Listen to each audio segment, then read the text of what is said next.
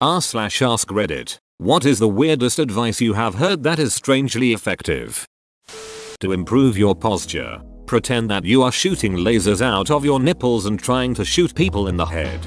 LMAO, when I was trying to train myself to get better confidence and stop looking at the ground whenever I walk, talk, etc. I would take walks and imagine that there are headlights coming out of my tits and I needed to shine the way.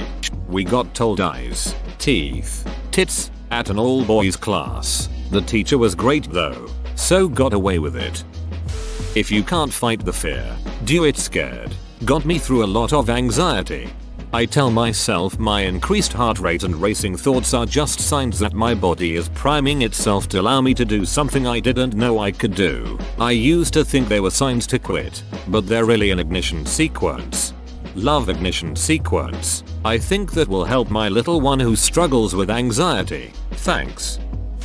Don't beat yourself up forever. Beat yourself up once then move on. Mr. Homer Simpson. That's actually good. My favorite Homerism is just because I don't care doesn't mean I don't understand. Lisa, if you don't like your job, you don't strike. You go in every day and do it really half-assed. That's the American way. When writing an email, leave the recipient field until last. And add the attachments first. Yup, so many times when I started as a contractor I would send my invoice without the actual invoice. How to unclog your nose. Close your mouth and pinch your nose so you can't breath. Shake your head up and down until you need to breath. Remove your hand from your nose and breath through your nose, not your mouth. Been doing this for a while now and it's pretty effective. Nose wasn't clogged and tried this. Now I have been sneezing for the past 5 minutes. Bless you. Holding your breath for a prolonged time is extremely effective at getting rid of a boner. Instructions are clear. Do not, I repeat, do not hold your breath until you die, or you may end up getting your boner back. You can't actually kill yourself by holding your breath. You can only hold your breath until you pass out. After you pass out, you automatically start breathing again. Unless you fall into a pool or have a bad landing when you pass out, you'll be fine. I was kind of bummed that my kids never tried the give me what I want or I'll hold my breath tactic. I always thought it would be funny to run and get pillows to place around them and then be like, okay, go. Fail quickly. As in, if your plan may not succeed, better to find out next week than next year. Helped me quit a suffocating job and dig into my own business. 10 out of 10. I've learned this after becoming a father, not because I'm failing parenting but because I watch kids fail some more and then succeed. It's amazing how shamelessly and effortlessly they fail and keep going. This applies in a professional setting too. I'm a software engineer. The client I'm working for right now has a virtual machine that's absolutely required for running and testing the software that several hundred people use on a daily basis. When building a new instance, this VM will quite often run for several hours and then fail. Wouldn't it be great if it could? Oh, I dunno. Query if the required services are actually up and running before starting to build so it could tell you in seconds that hey, I can't actually do anything because this service right here is non-functional, fail fast, and stop wasting my damn time. If looking for something in a low light environment, try to use your peripheral vision. I read about it in an old World War II manual about aerial combat at night. It has something to do with how eyes work. It has helped me many times over the years. For finding stuff in a darkened room, or outside in a field at night, not aerial combat. Also a great trick if you're into astronomy and trying to find a faint star. I noticed this. I would look at the night sky and see certain stars when not looking directly at them, but when focused on the same star, it wasn't visible. I didn't know it was an actual thing, I just thought my eyes were messed up. Get someone to warm to you by asking them for a small favor, not asking to do something for them, but asking them to do something for you. I have no idea why this works, but it does. It makes them feel needed and important, at least for you. Similarly, I was thinking it shows that you trust them. Counterintuitive maybe, but it helped my anxiety immensely. In general, no one cares about you, what you're doing, or gives you a second thought once you're out of their sight. It really helped me to stop being self-conscious all the time in public. Most people only realize this when they are really being looked at. Like me when I had really bad acne, my world changed for the better because I had a better perspective on my anxiety. Anxiety and my acne crippled my ass. Would lose my mind when I could see other people's eyes scanning my facial constellations. No one thinks about you as much as you do, meaning they're all worried about people thinking about the tiniest embarrassing things we do, when no one really cares. It gave me freedom to take on more challenges and not worry about failure. 2 from elderly southern relatives. Something ain't nothing.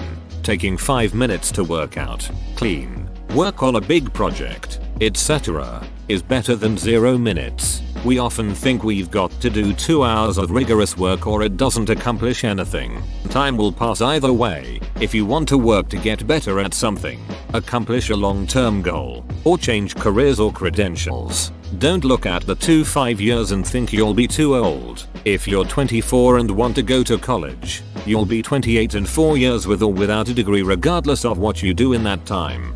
On that second one, my grandpa said something best. My dad was talking about how he'd be 50 once he graduated if he went back to college. My grandpa responded, how old will you be if you don't go? This is brilliant. Rinse your cereal bowl straight away. That stuff sets like concrete. But I was just about to eat the cereal. Did he stutter? It's only embarrassing if you're embarrassed. The older I get, the more I understand this one. Edit. You guys are awesome. Thank you for the awards and feedback. If you're not willing to look stupid, nothing good is ever gonna happen to you. Dr. Gregory House. Don't give excuses unless they ask for it. i.e. if you are late for work, just say that you are late, not why you are late. Never volunteer more information than is needed to get through the situation. Sometimes you'll just make things worse by moving their focus to something they didn't even know about. i.e., sorry I'm late to the meeting. I was trying to help coworker finish up their presentation. Boss, what? Open bracket. Coworker told me they submitted that last week. Now you're late and got your coworker in a jam. One time I got a super shitty report card and my parents came in the room saying something like, we know you messed up, but if you admit what you did was wrong you'll be in less trouble. Not knowing what they were talking about, I admitted me and my buddy were selling weed. I did not get in less trouble. I got grounded for a summer. Sucking at something is the first step to being sorta good at something. Honestly, it's deflated the embarrassment of making mistakes when learning new things. It's okay to suck at something on your way to okayness. It's okay to not be good at your hobby. I honestly take kind of perverse pride in how unmarketable the stuff I make is. My art is gloriously imperfect, but it makes me happy, and it's almost this rebellious joy in knowing I made it to please nobody but me. I actually argued with a recent art teacher because she said my customers would not like something, and I pointed out that I'm my only customer and I like it fine. Now I just need to overcome that and get to the point that I accept it's okay to make high quality things, and that still doesn't mean I have to monetize it. But yeah, in a world that tries to commoditize all your free time and turn every interest into a hustle, making something unmarketable can be an act of rebellion. One time the guy who came to fix my refrigerator told me, if you don't know what to do, drink some water. It's actually surprisingly solid advice. I don't know what to comment. Sips. This is actually a pretty common tactic for presenters, speakers, etc. Someone asks a tough question, don't go up and then go into your answer. Instead, take a drink of water while you mentally prepare a reply. For all my udders or other who struggle with executive function, do chores while waiting. Have something in the oven. Let's see how much laundry you can fold before the timer goes off. Microwave. I bet you can empty the dishwasher in 90 seconds. On a phone call, pop in those earbuds and let's tidy while we talk. I get so hung up on waiting mode. Trademark sign. And the novelty of trying to accomplish a small task during that interim feels a bit like a deadline pressure, which is basically the only thing that motivates me. Tricking my brain into a mini productive panic is startlingly effective.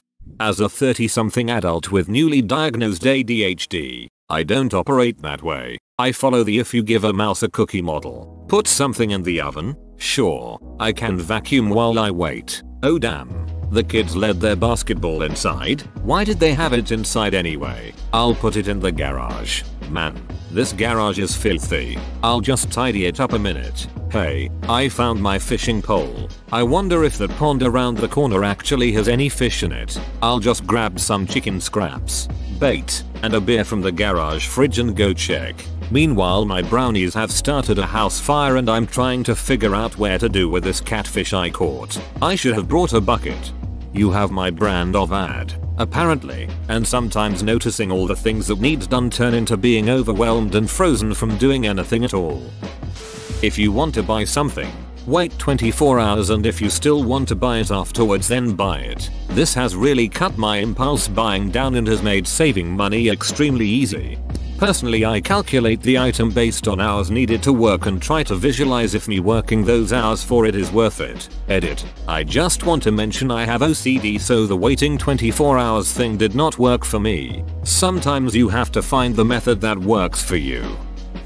People don't always remember what you say but how you make them feel. Here in Brazil, once I read something like this: your neighbors won't remember that you said good morning, but try to say duck you and they'll remember it for the rest of the day. I built the bridge that connects our town with the nearby city, but do they call me Tom the Bridge Builder? No. I set up the local fire brigade, but do they call me Tom the Firefighter? No. I do home repairs for my neighbors whenever they ask, but do they call me Tom the Handyman? No. But you duck one goat. This is one I came up with to explain my self-esteem. You can't sad your ugly away. I woke up one day after years of torment, a lot of which from myself, and realized that being upset about how I look won't make me any prettier. So I may as well just own my looks. I can fix what I can, but being upset about it ain't gonna do shit. May as well love my fugly self. Loving myself when I felt no one else would, and being happy and enjoying life despite it all. It really is the greatest revenge I could come up with. My therapist told me, would you befriend someone that would talk to you the way you talk to yourself? Be your own friend first and things will be kinder. Thanks for your quote. Very poignant. Honestly, I had self-image issues until I heard someone say, I'm not ugly, I'm just not my type, which I'll always remember. Everyone's someone's type, damn it. Whoa, you made it to the end? You're a ducking beast. I'll cut you a deal. Smash like and subscribe for more curated content, bruh. It's free and that's a great price.